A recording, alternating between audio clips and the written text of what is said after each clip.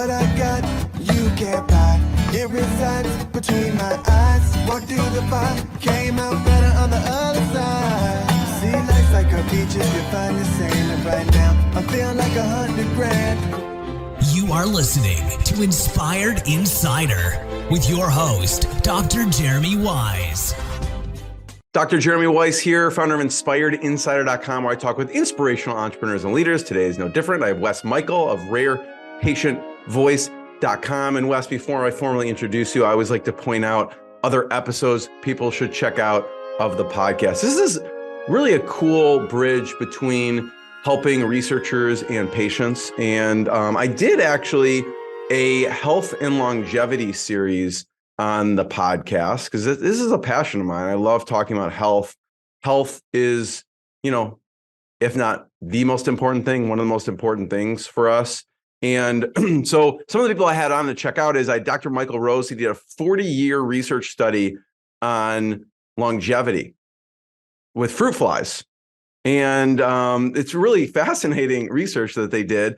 I had Dr. Bill Andrews, who was in biotech and cancer research, and he started looking at it from a longevity perspective. And another one of my favorites is I had Dr. Lauren Cordain and Dr. Lane Sebring, and Dr. Lauren Cordain is kind of the godfather of the paleo diet. And he was most people don't realize that he was a researcher for 30 years at Colorado State University. We've heard of the paleo diet as a fad diet, but there's a lot of research and peer-reviewed scientific publications that he did for that specifically. So check that out and many more on InspiredInsider.com. This episode is brought to you by Rise 25.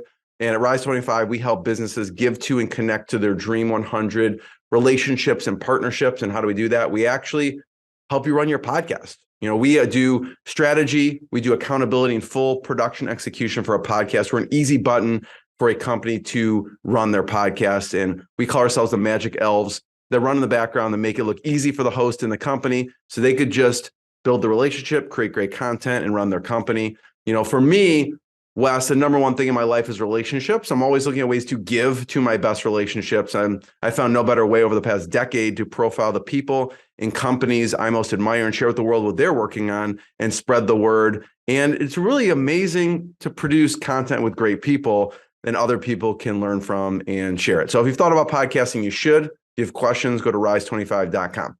And I'm excited to introduce Wes Michael. He founded Rare Patient Voice in 2013 to give patients and family caregivers the opportunity to voice their opinions in research studies.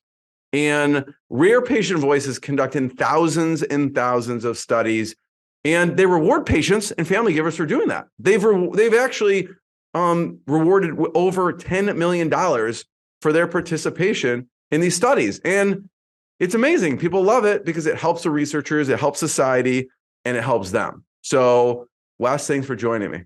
Hey, great to be here. So, first of all, I was looking at your background. I'm curious what you thought you were going to do, okay? Because, you had you majored in English, right, at Pennsylvania. Then you went on to get your MBA at Booth, but then you worked for General Mills and McCormick for over a decade. Right, a long time. What was it originally when you were getting your MBA? What was it that you wanted to do at that point? I was interested in marketing and in market research. I had gotten a little tiny taste of market research, and I didn't know anything about statistics or anything. It was embarrassing what I didn't know, but I thought it was kind of interesting. And so I kind of had an open mind. And I remember as I was getting that MBA, I was like interviewing for different ones, and who knew what it would be. But I ended up getting a job in market research at General Mills, which is a great training ground. They knew everything about, market research. So I thought, well, it's kind of like getting inside people's heads and seeing what decisions they make and why. So I don't know what it sounds like to most people, but it's actually a fascinating area. What do you remember anything that you learned from the research you were doing at General Mills and McCormick that you bring to Rare Patient Voice? Geez, you really have to put yourself in the shoes of the person, because you'll say, why do people, General Mills used to own Gorton's, the fish sticks and filet, right? And the fish, and the guys who made it, they knew fish. The fish sticks were the same, actually high quality fish as the fillets are just bandsaws set. But in people's mind, fish sticks are these, it's pressed and this, that, and the other. It's like, it's all about their perception. It's very different.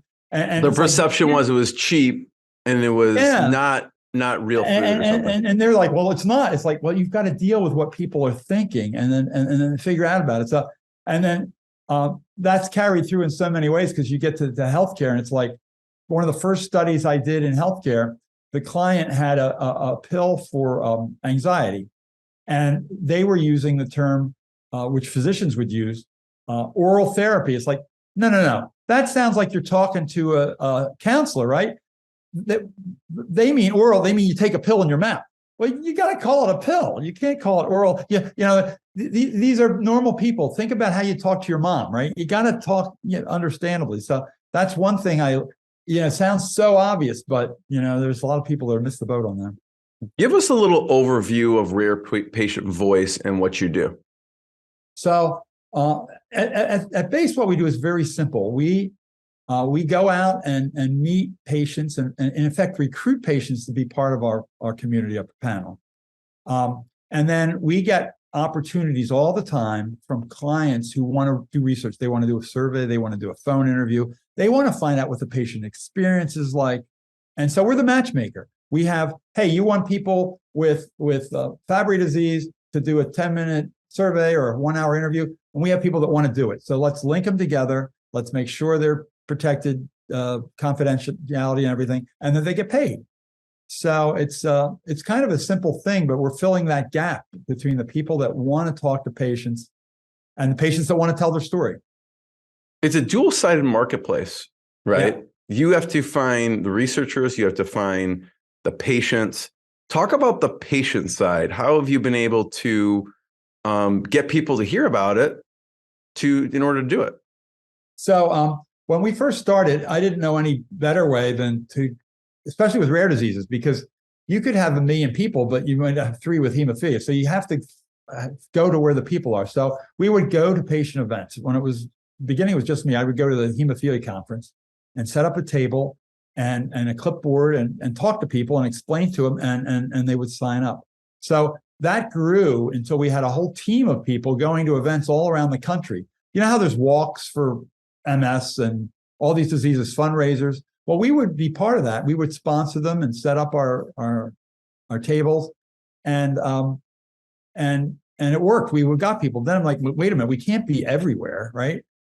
And we don't want to exclude people. Well, the good news was the problem kind of solved itself.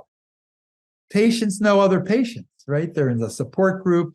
If it's a genetic disease, it could be relatives, advocacy. So they would be treated well and they would refer other patients. And we said, wait a minute, let's reward people for referring. And so we set up referral programs. And then COVID hit, and all of a sudden there were no in-person events for a while. And thank goodness we had started some of these other things. So we have a whole team that reaches out, works with advocacy groups, works online, finds people, puts ads out on Facebook and things like that to find people any way and every way. But the key thing is the old-fashioned word of mouth. People tell other people, especially if they're treated well, and we'd like to pay people as soon as possible, all that kind of thing. So talk about how you get started. It was with hemophilia. Yeah. So I've been in, as you said, I've been working in the food industry, right? And then I moved into healthcare in the 90s. And that was when they just started to make legal those ads you see on TV. Ask your doctor about this drug.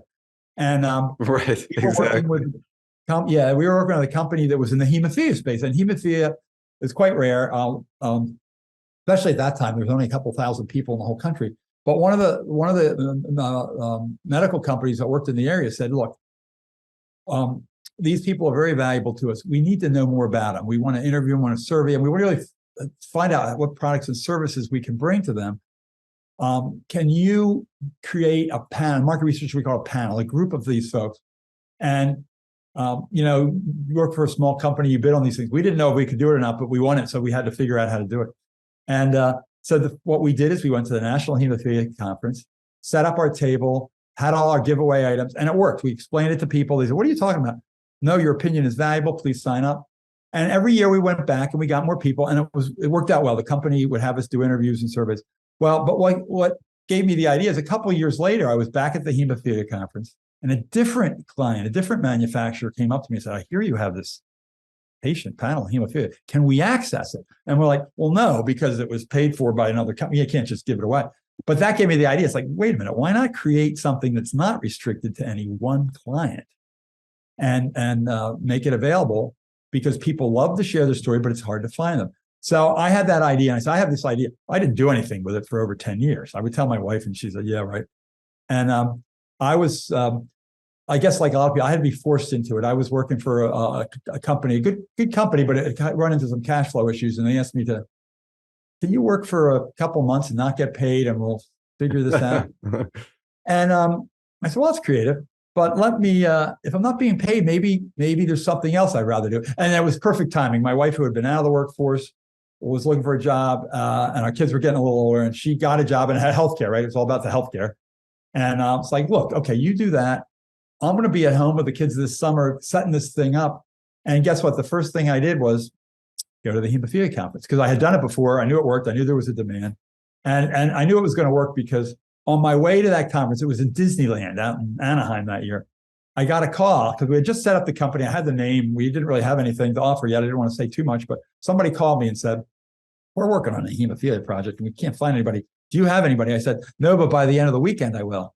So I went out there, and by the end of the weekend, I had 100 people that did the survey, and that was our first project. And I didn't know whether that would be it. Oh, I'll just work in hemophilia. That's a nice bit. Well, now we have 1,400 disease categories and done 8,000 projects, et cetera, et cetera. But that was the start. So it just, somebody gave me that little idea, and I had to be pushed to act on it. We'll talk about, some of those 1,400 diseases, but I want to hit on pricing for a second, because in the beginning, it's hard to know, how do I price this? And also, right, how do I pay people? It sounds like from the patient side, you discovered, okay, we pay them a certain amount. Also, we should pay for referrals. Talk about how do you, and you were thinking through pricing on, well, I could charge a company, but if I want to make it available to everyone, talk about how you came up, the evolution of your pricing model. And evolution is a good word, because a lot of it is tweaking and adjusting and changing. So in terms of the patients, I just thought $100 an hour sounds like a nice round figure. I think people will be attracted to that. Since we've raised it, there's been some inflation, now it's 120 an hour, but so did that. But then I wanted to entice people to sign up at these events. And I said, well, I'm going to give them a $10 gift card. And that was pretty exciting to people. Over time, that got adjusted in two ways. First of all, it's like, wait a minute, $10 is a little, and I looked up the three most popular gift cards, and maybe they still are. It was Amazon, of course, Dunkin' Donuts, and Starbucks. And it's funny, different patient events, you could see people there were different tendencies about which one they would like. But you were doing your own little research on which is the most popular gift card. The people that shouldn't be are getting Dunkin' Donuts, but that's a whole other story. So we would offer that. Over time, we said, wait a minute, let's make that $5 gift card, and then we'll give $5 for a referral.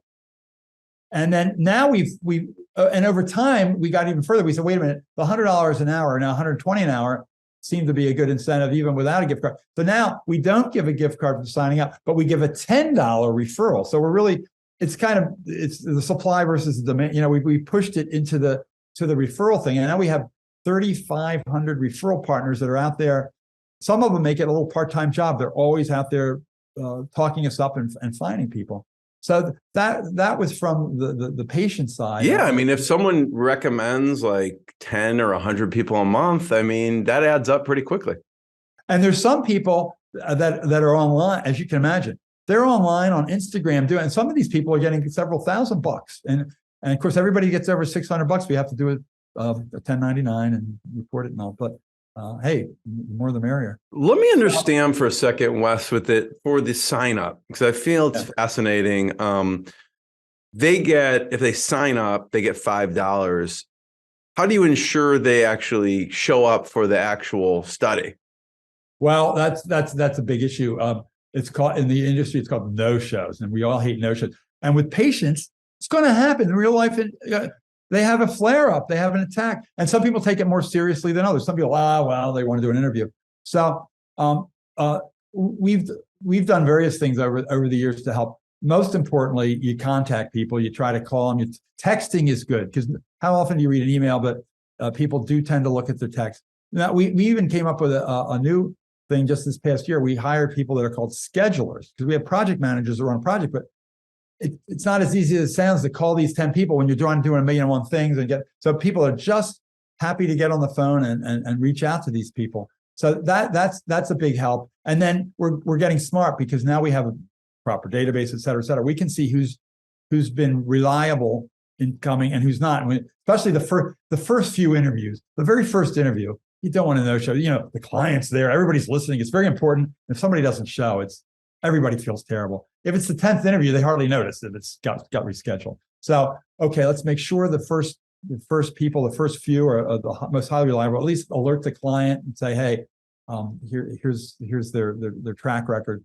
So there's a lot of, it's human behavior. You can't always get people to do what you want them to do when you want them to do it. So you have to try a lot. It's like raising kids, right? You got to try a lot of different things and hope for the best. So the patient side and the pricing, talk about the companies and the research. Yeah. Because I know you've toyed with a few things there as well. And the pricing side on that it wasn't clear exactly how to do it, because most people say, in our industry, market research, typically you're bidding on these big projects and you're custom pricing. Well, what will this company pay?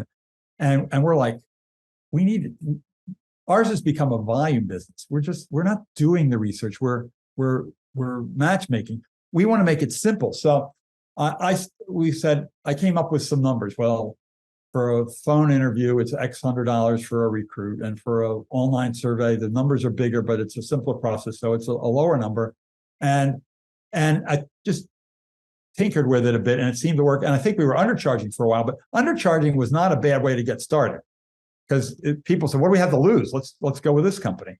And then over time, we kind of saw what it was. But the thing that we did that you could argue that it doesn't make sense, but I like the way it worked. We charge the same amount no matter how rare the disease is. So one, we can publish our pricing. Two, everybody knows what it's going to be. We don't argue about, well, you said it was this, but it was a sliver and it's harder to get than you thought. It's like, it's right out there. And then when we expanded into the non-rare, I thought, well, nobody's going to pay the same price for type 2 diabetes as they're going to pay for hemophilia. Well, I was wrong, because people love quality. They're tired of getting fake response. Believe it, there's fraud in market. There's fraud, right? Anywhere there's $1, I guess there's fraud. Why not? But anyway, we get a lot of business in that. So I was surprised, and so we haven't had to adjust it. The other thing is, typically in our industry, people, give me a deal. I'll give you the business. We haven't had to give anybody a discount for anything. We can be honest about it. We say, here's our price. We got the same bid for the study from somebody else. We can't be giving you a better deal than them. They say, okay. So, and we're fortunate because we're a bit of a unique player. If we had 10 people doing the same thing, I'm sure there'd be a race to the lowest price. But we haven't. We've not ever had to discount our pricing. And if anything, again, I think we're not overcharging. So I think it's a good deal for everybody. So companies will pay you for the number of people that you help get for their study. Right. Got it. So the original model that you were thinking of sharing the data or the research, that kind of had evolved to what it is now, with just getting the people, and you just get paid for the people that you recruit for that study. That's right. Now originally that was, I mean, again, I used to work where we would do all the research, but when I started this, I'm like, no, let's leave the research to others. And so consequently, our clients are not, you might think they're the biotech and pharmaceutical companies. They are not. Indirectly, they are. Our direct clients are other market research firms that in turn are working for the Pfizers and Mercks and everybody on down the line, that actually are doing the interviews and writing the surveys and analyzing data. I like to say, I leave the hard, I know that, I used to do that. I'm leaving the hard work to them. It lets them focus on kind of their superpower and just have you help get the people so they can focus on the research part. Exactly. They don't have to worry about that. And if they tried to do it from scratch, it would take them a long time and actually cost them more. Our point, probably the thing that we did that was new is we said, most companies like, we're not doing anything until we have a contract, somebody's going to pay us. We said, no, we're going to do it ourselves, pay for it ourselves. When you need it, we're going to have it. Now it's a leap of faith that somebody's going to want it. And we've had some people that haven't been used, but it's worked. People love it. We have it. And then we can complete a project in 2 weeks instead of 2 months. So it's the client, clients are very happy to do that. I like what you said before, Wes. You go, I was wrong, right? You were saying, listen, I thought, because you're a researcher at heart. I mean, you've done lots of market research, so you're fine. Seems like you don't have an ego. If you're wrong, you're open to the data. And you said, I thought people would not pay the same amount for diabetes as they would for hemophilia. You were wrong. I would love to hear all the places you were wrong and what you discovered. So one is stage 4 cancer. You had an assumption that was wrong there. Yeah, when people used to say to me, even before this, can we do interviews with people with stage 4 cancer? I'm like, I think, thank God we made progress now, but typically they might not have much time left. It's like, they might have something better to do with their time than do a survey, right? And who are we to impose on something? Well, definitely I was wrong there. Or at least the people I deal with, they're like, no, thank you so much. I feel like I'm helping. If I'm not helping myself, I'm helping those who come after. And I would get notes. We'll get notes. John passed away. But we wanted to let you know how much he enjoyed doing all these surveys. I mean, they're writing to us after the fact, letting us knowing about this. Like, oh my goodness. So who knew? But people. I mean, when I was working in food and spices and all, that's important to people and it's fun. But health, right? It's you, it's your kids. It's like, I mean, what's more important? It's life, right? So people are like, let me help others. Let me tell you about it. And they need to know my opinion. They need to know what's going on. You can't stop people from talking. Yeah. And they felt like they were contributing to something bigger and hopefully a solution. Where else were your assumptions wrong? I remember at the very beginning, when we first started thinking about referrals, I sent an email out to everybody in the panel, and I said, refer people. And somebody quickly wrote back and said, that's not right. My sister wants to do it, but I shouldn't be giving you her name. And I'm like, oh my God, she's right.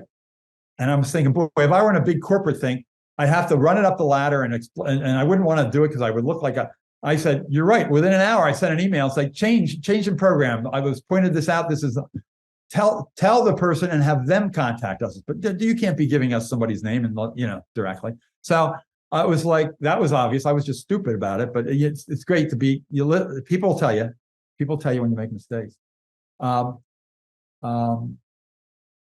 then for years, people said, we need your patients in other countries. I'm like, so much easier just to do it in the US and grow in the US in English language. And finally, we got to the point where we figured some of the people that are helping us, the vendors, all figure a way to help us do that. So I said, it's time. So I don't know if I was wrong. I just felt like, I was trying to avoid this difficulty. So that was another one. It's like, okay, here, one more. I love this one. Those who can see, you can see there's a zebra behind me. Zebra is the mascot for rare diseases. And years ago, one of our team members says, we should have a mascot. I'm like, what do we need a mascot for? We go to all these patient events. Is somebody going to dress up? To me, it just seemed like a waste of time or something. You were picturing you'd have to dress up in the mascot costume. Yeah. And that's been suggested. And then a couple of years later, I don't know what, the switch went off in my mind. I'm like, why not get a mascot? And it's been amazing because market research companies don't have mascots. Now we're going to present to the board. And I'm like, we want to be different. We want to be personable. We have to be that way when we deal with patients. And And I think our clients get it because we're dealing with we're just a physician firm or something. So, and nothing was more obvious than having a zebra. And when we explain why it's the symbol of rare diseases, I mean, the story goes, if you're in medical school and they're teaching you about diagnosis, they said, hey, listen, if you were standing somewhere and heard hoofbeats behind you, your first guess should not be that it's a zebra. It should be that it's a horse. So logically, right? You start with the more logical and narrow it down. But in the rare disease community, they're like, but there are zebras, and they never even think beyond a horse. So that became the symbol, like, hey, we exist. There are rare patients. Don't ignore it. I know you only got 5 minutes of this in your medical school, but somebody needs to think about it. So we said the zebra is perfect. Now it came together, that drawing there that was done. My nephew is a commercial artist. He's done work on CBS and everything. So it's like, oh, I'll get Josh to do it. So he's done it. Then we had a naming contest. Now you'd think naming a zebra be easy. Well, guess what? Every name that starts with a Z is taken by a book or a movie. Zoe, Zach, Zelda. There, and one of our lawyers, don't even go there because it's a movie or book or something. They won't be happy with it. So people suggested a few, and we had an online contest and voting, and it came down to Hope. We liked Hope and Rarity, but then Rarity won. So, and Rarity, what a great name, because rare disease, Rarity, and we made it a she. We thought that was, and then at some point, maybe Rarity will meet a guy and they'll have little zebras. I don't know. But we've been able to do that. We put it on our things. It's nice to have a little bit of a personality with a company because people deal with people, right? They don't deal with companies. So anyway, I was like, why do we need this? And now I'm like, you can see I'm the big proponent of this thing. It wasn't my idea. There's and anyone, if you're watching the video, you could see I'm on rarepatientvoice.com, and there's a bunch of case studies here. And one of them is, speaking of your mascot, is Zebras Do Exist, the diagnostic odyssey of rare disease patients. I don't know if there's anything to mention specifically about this particular study overview that would be interesting. I think the key that, and rare disease, so many rare disease folks will identify with this. See that the average waiting period before patients receive the diagnosis, 4.4 years, and that's it's even higher among certain other diseases. Because of that, wow. Because they're looking for horses, not zebras, they tend not to be diagnosed. They're misdiagnosed, which is worse because then they're giving a treatment that doesn't help or may even hurt. And then after the fact, it was like, boy, if my rheumatologist had talked to my cardiologist, had talked to my whatever it might be, they would have figured it out. But we have so often a siloed healthcare system, and it's just people. You see that a lot of tests, a lot of doctors, a lot of misdiagnosis. It's a real issue. Now, all this talk we have now with artificial intelligence and so on, that can only help because, well, doctors diagnose. Well, but doctors use algorithms to diagnose, and computers are better at algorithms than people, right? Or at least a combination of those is good. So hopefully, over time, we'll get better at diagnosing these things because if there's, we used to say 7,000 rare diseases. I was at a conference, now they're saying 11,000. Your general practitioner is not going to know how to diagnose those. And even a specialist, he may see one of these people. So, but a computer can have all that data. Maybe that'll shorten the period. That might be the big breakthrough that'll help people get diagnosed faster. We're looking here, Wes, at some of the specific diseases. You mentioned hemophilia. That's how you got started. Yeah. We have here cystic fibrosis and Ehlers-Danlos syndrome. And talk about that one for a second. We talked about that before hitting record on one of the ones that keeps coming up that gets misdiagnosed. Look at that. It's that the average time to diagnose was 21 years. 21 years. Because typically one of the symptoms, and others could talk about it better than I, but it's almost, when we used to call people double jointed or loose jointed, but often that's Ehlers-Danlos. The joints can be very loose. Now that doesn't sound very serious, but that's just one symptom. There's a lot of other things that can make it a lot more serious. But people go to various doctors and they're looking at it just from their specialist perspective, and they couldn't see because it's a combination of different things that leads to this diagnosis. So So it takes so long, again, 21 years to be diagnosed with this condition. And again, with this and any, the sooner you're diagnosed, the better off you are, because there might be some treatment to help and prevent it from getting worse. So it's probably the ones that have so many different symptoms that are so hard to pinpoint, because it could be one thing or another thing. Yeah, exactly. So it's and I feel bad about that particular disease, EDS, because we haven't had, when we get a request for a study, that means somebody's working on a treatment. They're not just doing a study for fun. They're doing it because, hey, we're working on something. And I'm not seeing a lot for that. We've started to see a few, but I hopefully there's more and more work comes through on that. The one above that, cystic fibrosis, oh my God, there's been so much progress on that. There's certain different mutations that lead to it, but some of them, there's wonderful treatments, and these people are living much longer and more normal lives. And that's one where they're diagnosed right away now, because there's newborn screening. Some of these things, we don't need to wait around. We can find out at birth, and then they can get the right treatment from the very beginning. So I'll just pull up here. I mean, there's probably a lot of information online about it, but this is one from the mayoclinic.org that we're looking at here that just kind of gives an overview of this, So what's the severity, the complications of having this? Do you know? I think it can affect, vascular system. I think it's not just the fact that you're so fragile skin. I mean, that's the biggest barrier for our immune system is the skin. So. Vascular ruptures of blood vessels. That's pretty serious stuff.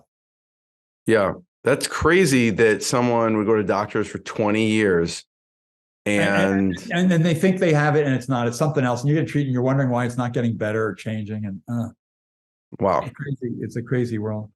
There's another one that you did. I think you called it pemphigus.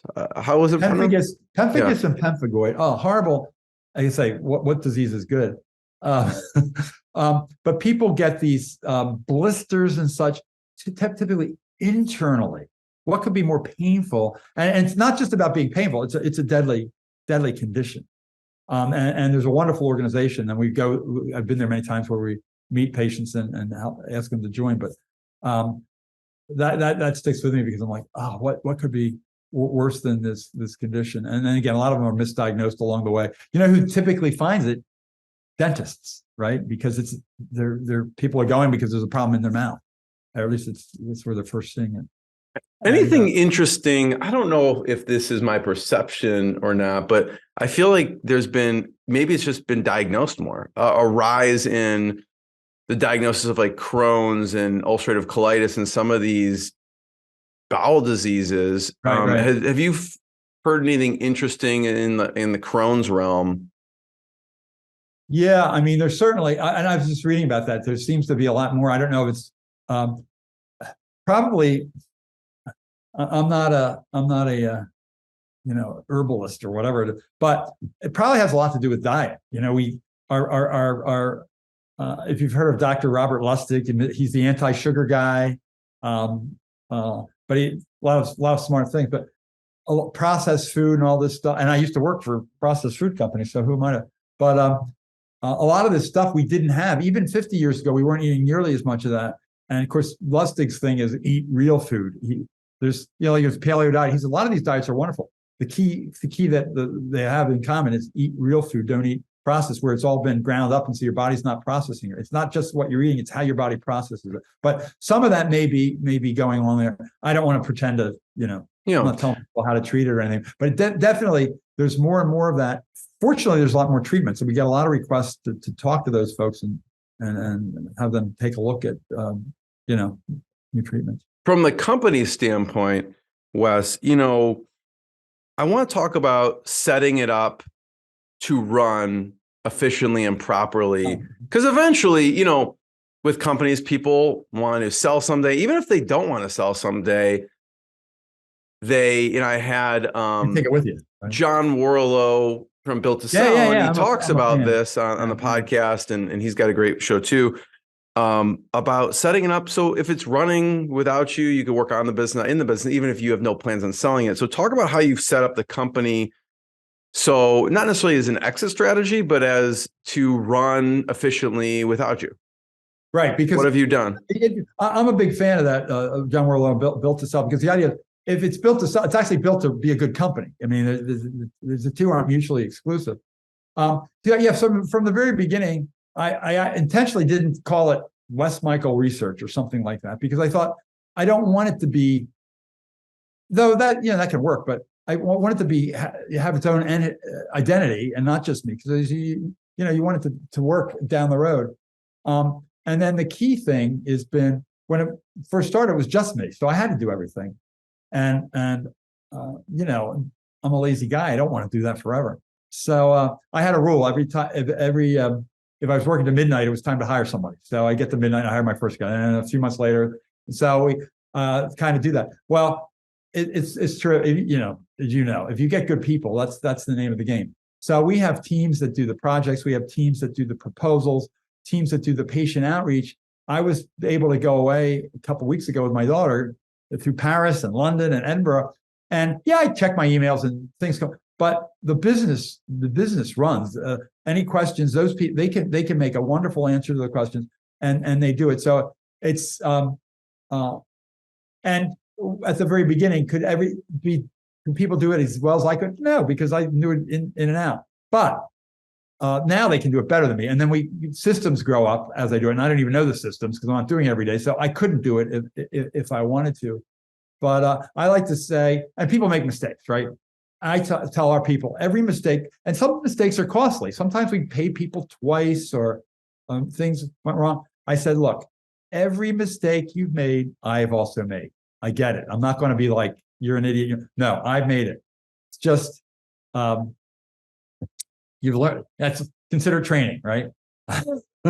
So no, it's wonderful to have a smooth running team that really knows the ins and outs and brings up and great ideas. These teams are always coming up with ideas to how to improve things. One of the biggest complaints we get from patients is they don't qualify for a study. They don't just take anybody. You have to go through, they might see what drug you are, what age you are, all these things.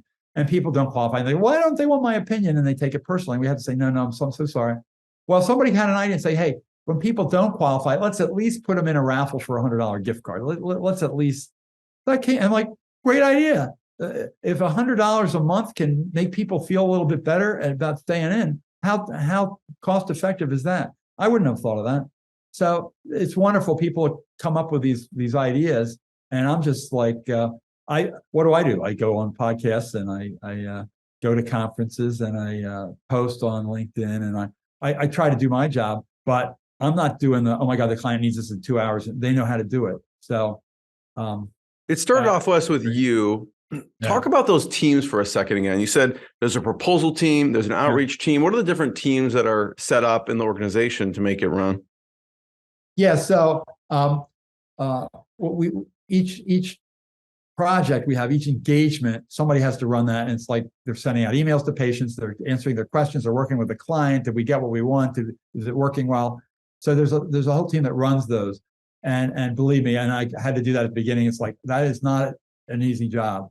And you might have 20 projects you're working on at the same time. So you're juggling a lot of things, and some are more difficult than others. So a wonderful team that does that and has a great way now of backing each other up. So because if you're out a day, what do you do? So they can do it in a consistent way, so somebody else can get in the file, and then they pass on information, so somebody's not like, I don't know what they were doing here. So wonderful thing, because they look out for each other.